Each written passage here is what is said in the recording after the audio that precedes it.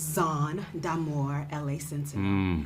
She said that? Boy, you better pay attention. Yes, how y'all doing? Well. Congratulations on Nemesis Season 1. Yes, say that. Okay, so I first want to start with a kind of serious question. Matt, I watched some of your previous interviews and you mentioned shaping your ideas of masculinity around moral heroes. What aspects of Isaiah are you, and then who else inspired your character? This is Los Angeles Sentinel, this is journalism, y'all. Well, I would say as a child, because, my mother taught me what it meant to be powerful and strong. My mother taught me how compassion and kindness can be strength. I would say that these, shaping those roles and those figures that you're speaking of, definitely because my father died young, so I was mainly immersing myself in fiction. So it was by reading comic books, watching movies, playing video games, and really like that sort of archetypical figure of what it meant to be sort of this hero, which is not a human thing, but I think at least for a child gave this framework of like that's what it is to aspire to being somebody who helps. Is what it means to be someone who is strong. Absolutely. Impact. And sir, what aspects are of you are Coltrane, and then who else did you pull from? I like how family-oriented Coltrane is. How much he wants to be a leader in both his romantic relationship and also I value brotherhood. Brotherhood is so essential to my being. I'm interested in stories of brotherhood. That's part of the reason now I'm thinking about it, it's part of the reason I actually wanted to do this project, because he gets to experience all the different shades of what it's like to be a brother. Wow. And to have somebody to lean on and also to be a shoulder to lean on with your brothers. I think that we can never underestimate the power of fraternalism in shaping a young man or man, any age of man. And holding each other accountable, watching you guys do that. Yeah, holding each other accountable, calling each other out, right? So that element, and then also just, I love how dedicated he is to the craft. And that's something that I'm always appreciate and admire. I've watched interviews where you mentioned being a student of the craft. And so as filmmakers as well, what did you learn from Courtney and Tani that you're going to take into your next projects? I think something I was affirmed by from the both of them was the collaborative spirit, right? Like it takes a community, it takes a village. Like they are always asking us what we think, to the point where I'm like, sometimes I just want to hop in the car that somebody gives me and go. I want to show how fast I can drive. I don't necessarily want to create the route that I get there, but just knowing like, oh, okay, yeah, I should be thinking about like these things, like how, not just being able to execute on the mission, but creating the mission. And Courtney and Tani are very collaborative in that way.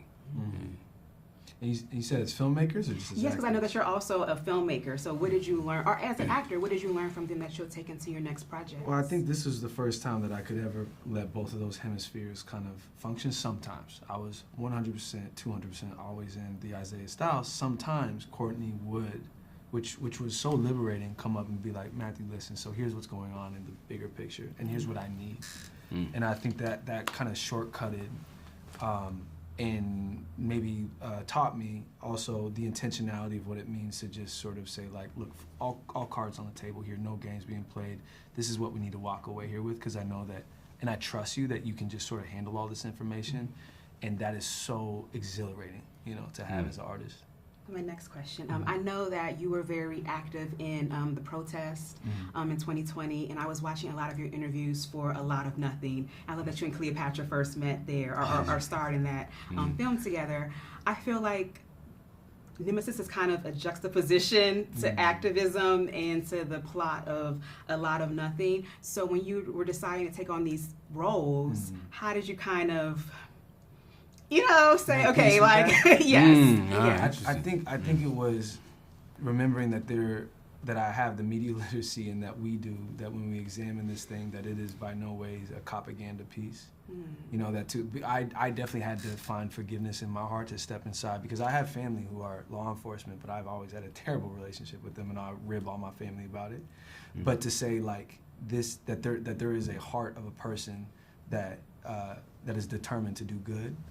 I think that watching our show, it is so beautiful because it is about something so much more human than it is maybe when we turn on some of this programming where it feels like it maybe is lifting up or normalizing violence in a way that's going to be detrimental to us. This is something where we're watching two men who are on a warpath against each other. So it, to me, is in this fantasy world of a human versus human, family versus family, rather than it being about, and I love that Isaiah is not in the blues, you know? Isaiah's wearing, like, cause shout out Frank Fleming, in the denim tears, and he's in his Gucci jackets, and he's running around town, but he also is an iconoclast. He stands apart from the system.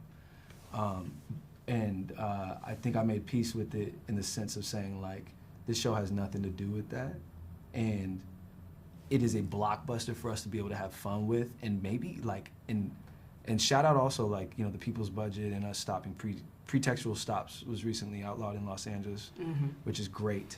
And I'm gonna continue to stand for that as myself and feel proud to be in a show that does not propagate any sort of propaganda. Outside of just the fun and the entertainment, man, I think the only thing to add to what he said, just thematically, just that regardless of sort of what tribe we represent, we're more similar than we are dissimilar. I think that that's so important. It sounds so simple, and I continue to say it, but I will, because it's the foundation for us to really have a change, you know? Like, we are more similar than we are dissimilar, and as soon as we start highlighting those similarities, maybe we'd be better off, man. And my last question, and they're gonna wrap me. Fun question. Can you talk about your preparation for the role? Because there was a shower scene that you're very handsome, and your physique, your body was very nice in the shower scene. And so can you just speak about preparing for the role? Very Sterling K. Brown of you. And so hopefully in your next roles, your path to an Emmy and Oscar, just being an EGOT, that you are shirtless. In water, but can you just shout out to Sterling too, by the way, and in water. Share just how you prepared for this role. It's funny because that's all Coltrane. Coltrane was very methodical about everything, including his diet and his calorie. He even have a line talking about macros and stuff like that. So for me, I'm like, you know, I can't be irresponsible.